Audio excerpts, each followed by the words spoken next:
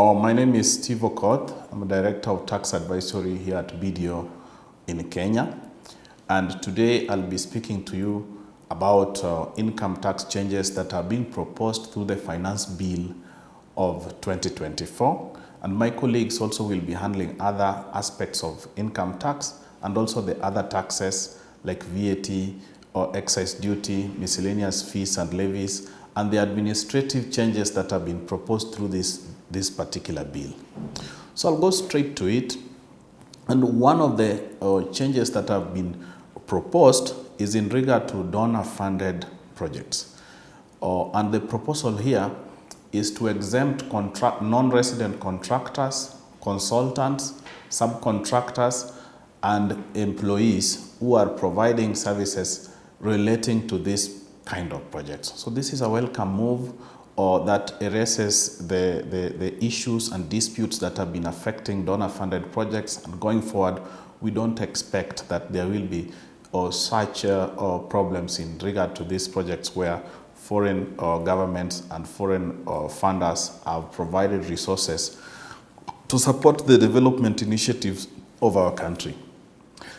The other issue that I'd like to address are the other changes. For example, the main one is the proposal of a 5% withholding tax on all payments made to suppliers of government agencies. These are people who are supplying public entities like the national government, ministries, departments, agencies, parastatals, county governments. There is going to be a 5% withholding tax that will be withheld at source every time payment is being made by these government agencies. Of course, this is going to have a significant impact on cash flow of these entities, especially where they are providing low margin services. The other issue is the 1% withholding tax proposed as motor vehicle tax. So every time an insurance premium is going to be renewed, this can be comprehensive or third party, the insurer is going to withhold 1% of the value of the vehicle and remit that to Kenya Revenue Authority. This is one of the other changes that have been proposed. Now, there are significant changes in terms of reliefs that have been removed, and I'll go now straight to those particular ones. One of them is that amateur sports associations will no longer be exempt from tax, so they'll pay tax like any other entity. Now, in regard to listed securities, the exemption on listed securities has been varied and reduced. For one, it has been removed. Generally, that's the general rule, except that securities that are currently listed will continue to enjoy those exemptions, and the green bonds will only continue to enjoy that exemption if their maturity is at least 3 years or longer. So it means there is really a restriction of tax exemption, and this is going to have impact on the appetite for these particular securities in the stock market. Now, I'd like to speak on the digital economy, and there has been a variation and expansion of items that will be subject to tax in the digital economy.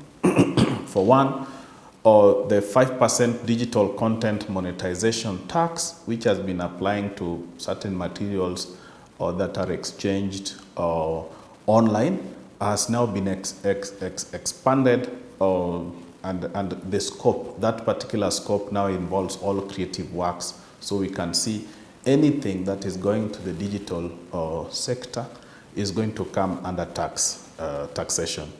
Definition of digital marketplace is now much wider, including taxi, hauling services, food delivery services, purchases of goods and services online. All this is going to now be captured, and every time the suppliers of these goods are being paid through those digital marketplaces, withholding tax is going to be applicable, and this will be deducted at source and remitted directly to Kenya Revenue Authority. So there is an expansion of taxation of the digital economy. My colleagues will speak about the significant economic presence tax that is going to be applicable, and you can see the focus of the government is to increase taxation or tax revenue generation from the digital sector. The other issue is that withholding tax on software is now clarified and expanded. We already know that software attracts withholding tax where it's an off-the-shelf, or kind of item where you buy it and you are going to use it in your business, or you pay withholding tax. So if you purchased it locally, the withholding tax rate is 5%. If you purchased it offshore, it can be 20% or a reduced rate depending on whether Kenya has a double tax treaty with a particular country of the supply of that particular item. But the amendment that is now being proposed is going to be that that tax will be applicable whether you use it in your business or you are just trading in it. So this is something that major purchasers of software, major traders in software will need to articulate this with the government so that there is clarity, because so far those who are trading in software have not been paying this withholding tax. It is only those who purchase it and utilize it in their business that have been paying this withholding tax. That has been the position, but it is now being proposed for a review. The other issues that are there in which I'd like to tackle, there have been significant changes in the second schedule affecting capital allowances for indefeasible right of use. This has been the taxation of this has been varied. The tax rate for ship owning businesses has also been reviewed. Currently, the other change that is there is in regard to withholding tax for management and professional fees. There has been a threshold of 24,000 in that if you pay a particular supplier amounts which are not reaching 24,000 in a particular month, then withholding tax is not applicable for all these kind of consultancy services, other types of management and professional services or contractual services.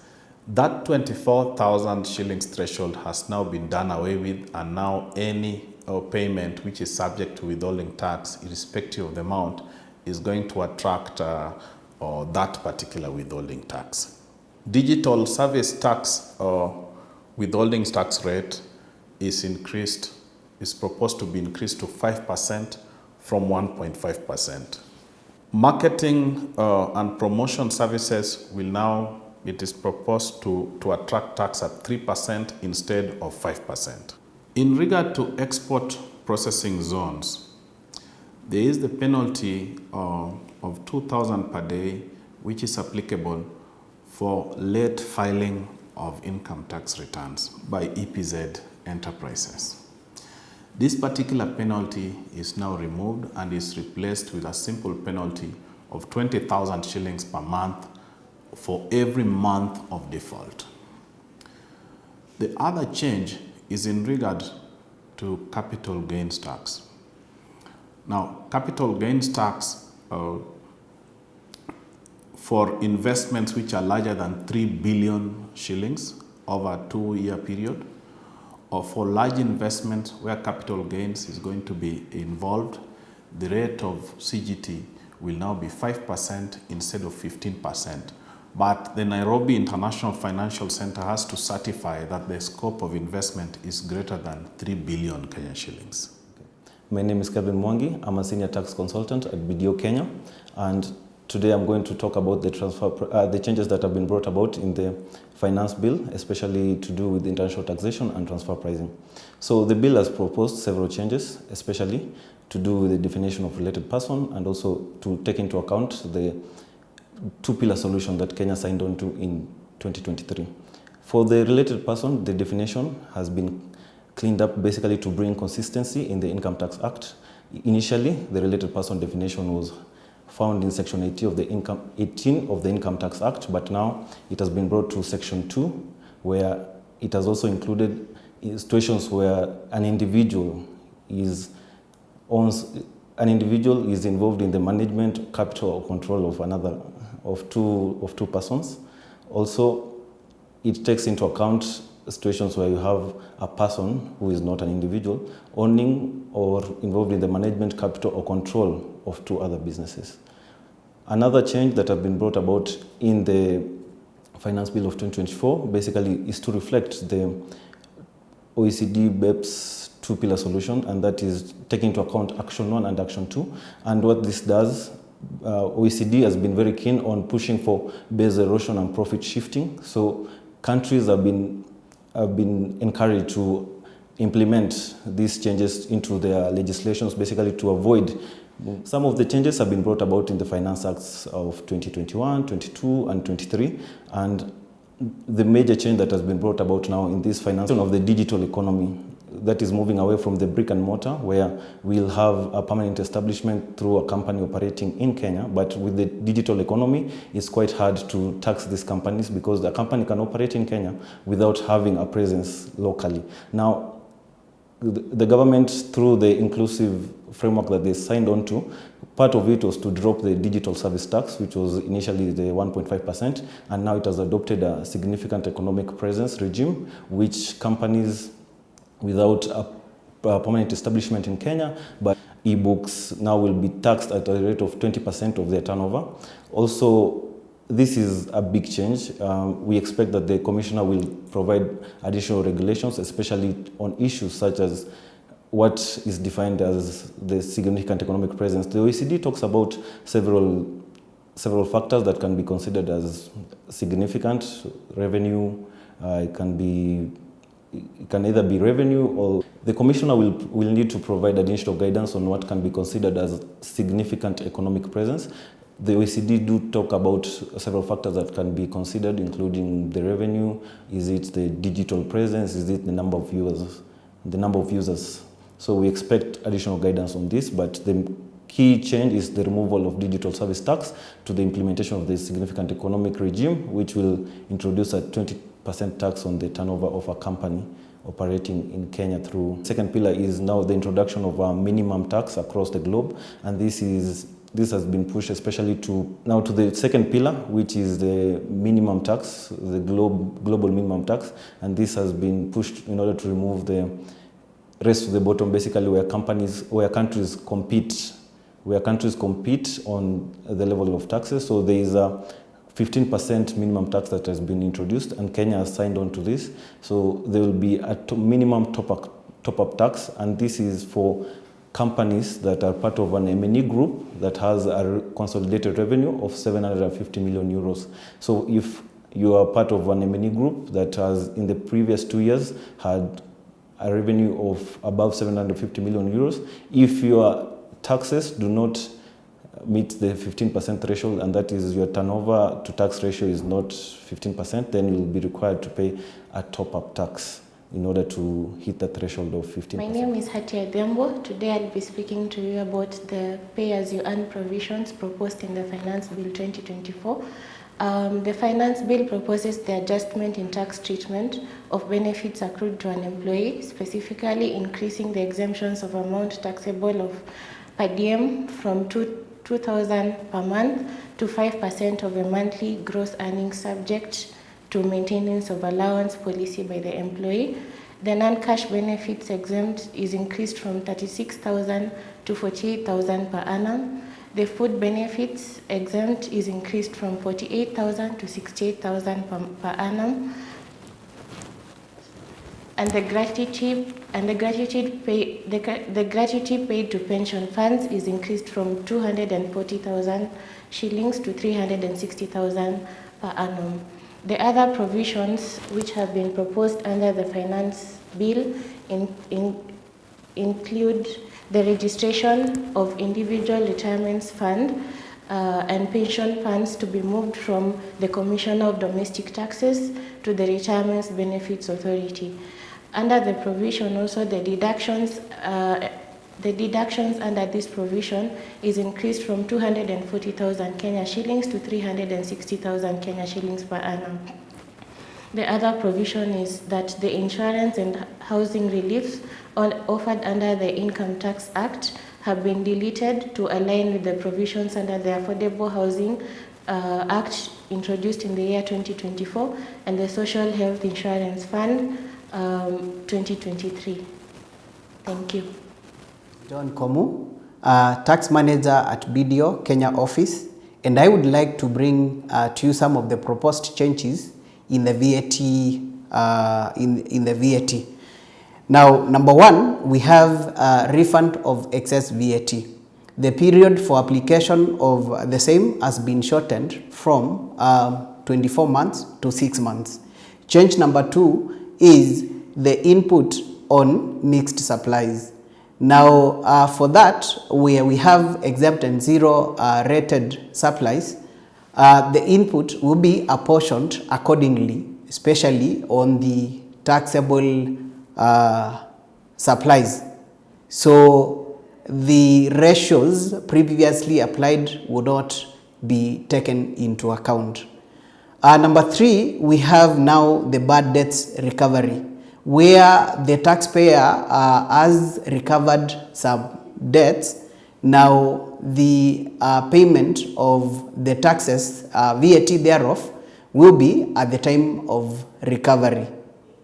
The fourth proposal is on the VAT registration threshold. Previously, it has been 5 million, but now the new proposal extends the same or increases the same to 8 million.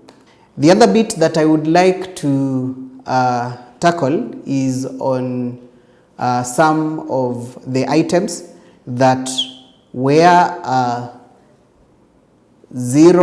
exempt but have been moved to the standard rate, VAT standard rate. And one of them is aircrafts, spacecrafts and related vehicles weighing between 2,000 kilograms and 15,000 kilograms. Number two, we have various food items including unleavened bread and gluten bread. Goods for local film producers, that is film equipment and certain specialized materials. Then we've goods used directly in tourism, convention centers and specialized hospital constructions. Then lastly, we have machinery for plastics recycling plants. Lastly, we have some items that were zero rated and have been moved to exempt status. We have ordinary bread and various types of flours, motorcycles and agricultural pest control products, locally assembled mobile phones, electric bicycles and electric buses. Then we've bioethanol favor stops and sugarcane transportation services. Then lastly, we have the transfer of business on going concern. Thank you. My name is Magdalene Wavinya. I'm a tax manager from BDO East Africa, Kenya. Today I want to discuss about the proposed changes that was brought about by the Finance Bill 2024 relating to Excise Duty Act. The first one is the classification of the goods. This has been amended to align with the East African Common External Tariff. The second one is about the digital service taxes, which relates to services provided by the non-residents. This has been brought to tax. The excise duty remissions. Before, the remission was restricted to beers and wines. This has been expanded to include the spirits. We also have the license application timelines, which have been revised to 14 days, within which the commissioner may approve or reject. The license application date revisal. I want to talk about the excise duty payment timelines. which have been revised to 5 days from 24 hours. We also have the East African food items and cartons have been exempted from excise duty. We also have the clinker, which has been exempted from the excise duty. The plastics items, which were initially subjected to excise duty at the applicable rate on the imported plastics, have been expanded also to include the locally purchased plastic items. We also have introduction of the tax or excise duty tax on advertisements relating to gaming and lottery activities. The locally manufactured vehicles, the excise duty exemption has been also revised to mean that if the manufacturer has to enjoy from the exemption, then must provide the intellectual property relating to the exempt components. We also have a revision of the tax rate for the motorcycle vehicles from a fixed rate to a 10% of the value. The sugar confectionery items have been significantly increased on the excise duty tax per kg. We also have the taxation of the alcohol beverages, which was based on per liter. Now it has been revised to per centiliter, that is of the pure alcohol, wines and spirits. This is to align with the tax rates more closely with the alcohol content. The cigarettes, which were being subjected to excise duty separately, for those with or without filters, a uniform rate has been applied. We also have introduction of excise duty on coal at 5% or a fixed rate of 27,000 per metric. The final amendment is on telecommunication and financial services. We have a revision of the excise duty from 15% to 20% on telephone and internet services. We also have money transfers, other fees charged by financial institutions. These are, in summary, the amendments that have been brought about by the Finance Bill 2024.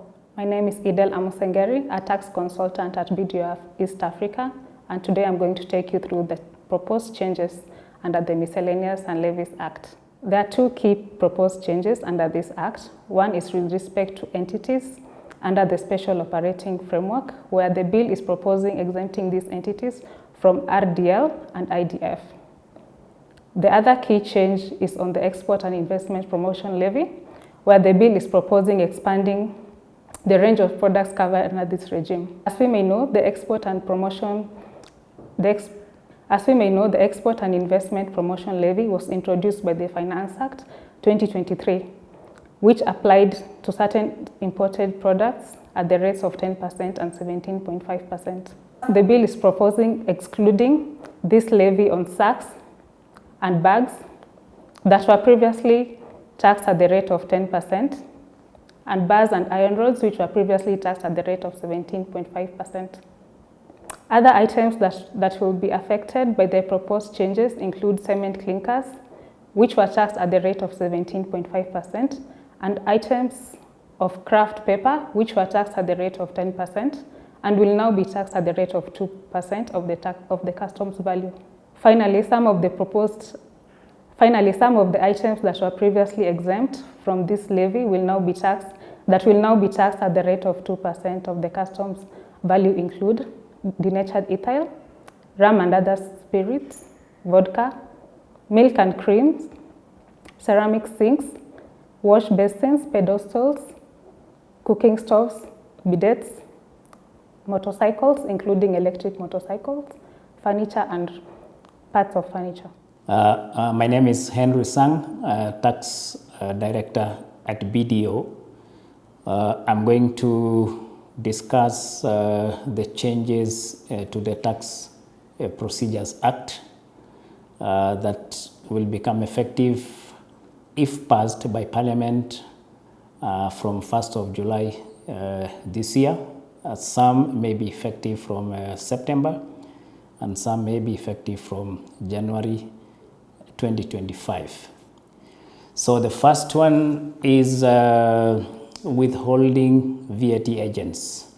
So if you are appointed withholding VAT agent, you are supposed to withhold 2% of the VAT amount and pay directly to Kenya Revenue Authority. Currently, there is no provision in law about non-compliance. So the new provision is that if you do not withhold and pay to KRA within 5 days, there will be a penalty of 10%. So that is for withholding VAT. Tax refunds, as you know, right now, if you have a tax refund, you are supposed to lodge that refund with the commissioner within 24 months. And there are a few changes. So if you have that refund processed, you can use it to settle your past tax arrears. You can also use it to settle future tax arrears. So this is a new introduction. Or you can have it refunded to you in cash. So the new provision is that you can also use it to settle future tax liabilities. And the new change also is that for income tax, you lodge your refund within 5 years. Currently it's 24 months. That is for income tax. And for any other taxes like PAYE withholding tax, that lodgement has to be within 6 months. And then objection decision. So where you have a dispute with the tax office, so you lodge your objection within 30 days, and then the commissioner has 60 days to make a determination on the objection. 60 days. So there's, I think what has happened is that 60 days has been found to be a bit insufficient, because you have to look at the review, you have to look at the technical issues, the policy issues and reconciliations. And considering that the commission has so many objections, so 60 days may not be enough. So that has been extended to 90 days, 30 more days. So it will give time to the taxpayers as well as the commissioner to conclude on this objection. So this is a welcome move. The other one is the period in which to submit documents to KRA. The current law provides that if you are required to submit documents to KRA within set timelines. For example, if you have to object to an assessment, you have to do it within 30 days. That is the current law. Now, the 30 days is silent on, does it include Saturdays, Sundays, and public holidays? So that is silent. So now a clarity has been brought such that the days to file your returns, to lodge objections, to pay taxes, or any other document that is required to be submitted to the commissioner, the days will exclude. You don't count Saturdays, Sundays, and public holidays. And then the other one is employees working for Kenyan employers, but this employee is not resident in Kenya. And you know, the law of PAYE, for example, provides that if you're offering services to an employer who is resident in Kenya, and you are not resident in Kenya, that employer should actually operate PAYE and pay taxes on a monthly basis under PAYE. But now being not resident in Kenya may pose a challenge in registration for PIN, which is a requirement for remittance of PAYE. So that one has been silent. Now it's now mandatory requirement that non-resident persons working for Kenyan employers must register for PIN. If you go to the first schedule of the Tax Procedures Act, it has listed those transactions that one must have a PIN. For example, if you're opening a bank account, if you're purchasing a motor vehicle, if you're any contracts that you have with government, the list, there are about 15. They say this one must have a PIN. So this one is a new addition. The other one is an agency notice. Agency notice, if you have disputes with KRA, and normally KRA will issue an agency notice, and they normally issue it mainly to banks. So you have tax arrears owing to KRA, and the tax, and KRA has been pursuing this tax for some time, and KRA probably they think that they may not recover this tax for some reason. They're allowed to issue an agency notice to your bank. An agency notice basically means that the money that you have in your bank be transferred by the bank to KRA. It's basically like attaching your bank account. And as at now, the period in which that agency notice is valid is not provided in law. So there is a new proposal that an agency notice shall be valid for 1 year. So this is a good move because an agency notice should not be open forever, and also it will give some ample time for taxpayers and the Revenue Authority to resolve the disputes at hand. So those are my summary points for the Tax Procedures Act. I'm Steve, and I'd like to make a summary of the changes that are being proposed by the Finance Bill of 2024 to the various tax changes in Kenya. And this summary is touching on specific sectors and specific industries that have been most affected, or which are likely to be most affected by these changes.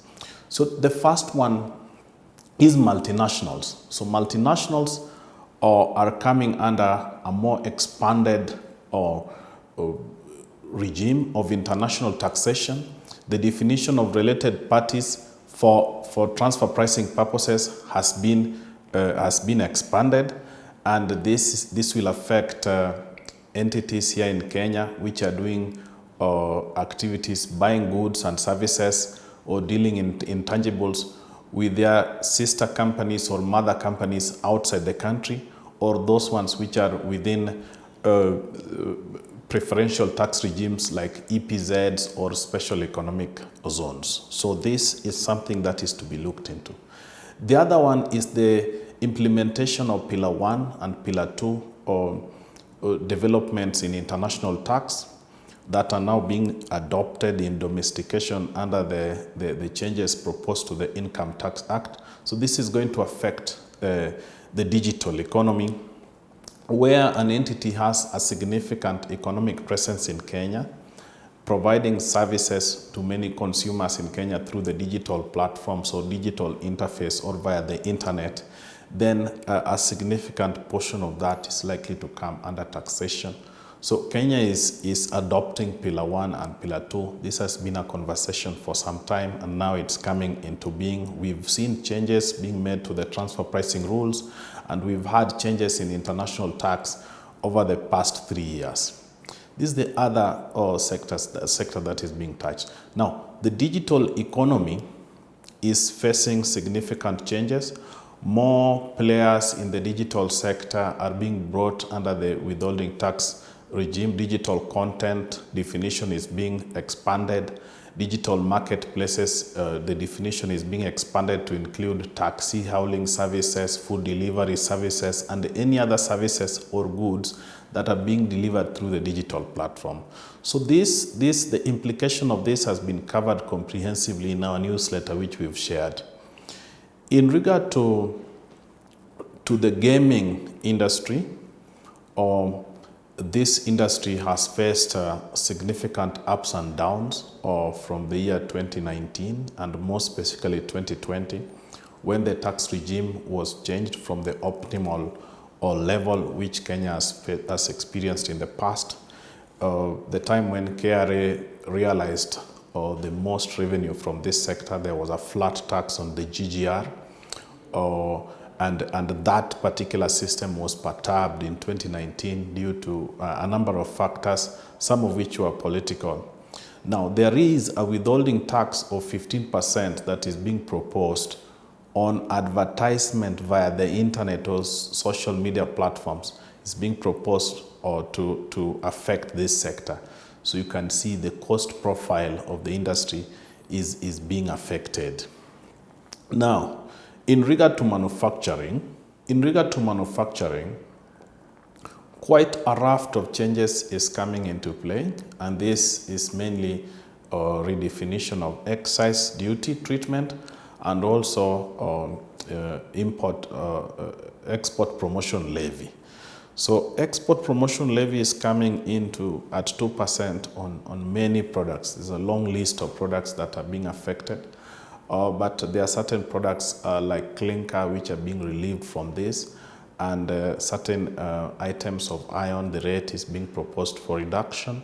So the implication of these taxes on export and investment promotion levy, or manufacturers need to look at this keenly as to which particular raw materials or which particular items affect their industries.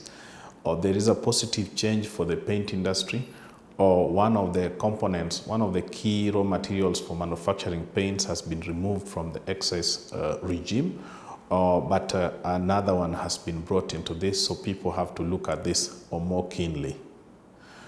In terms of special operating frameworks, they're being relieved from a number of levies. This is a welcome move for large investments that people are aiming to attract to this economy. Changes have been presented for the alcoholic beverages and similar drinks, and also on the treatment of tobacco products. Changes have been made as to the excise taxation of this particular product. So these are some of the changes that are affecting the manufacturing industry. There is a change that has been brought that will affect the automotive industry, so the vehicle assemblers. In terms of local content, the quality of local content is being placed as a condition for enjoyment of the exemption from excise, because the requirement now is that the provider of that local content need to be someone who holds the IP to those particular components that are being supplied to the automotive manufacturers and assemblers. There are changes that are affecting the furniture sector and construction materials.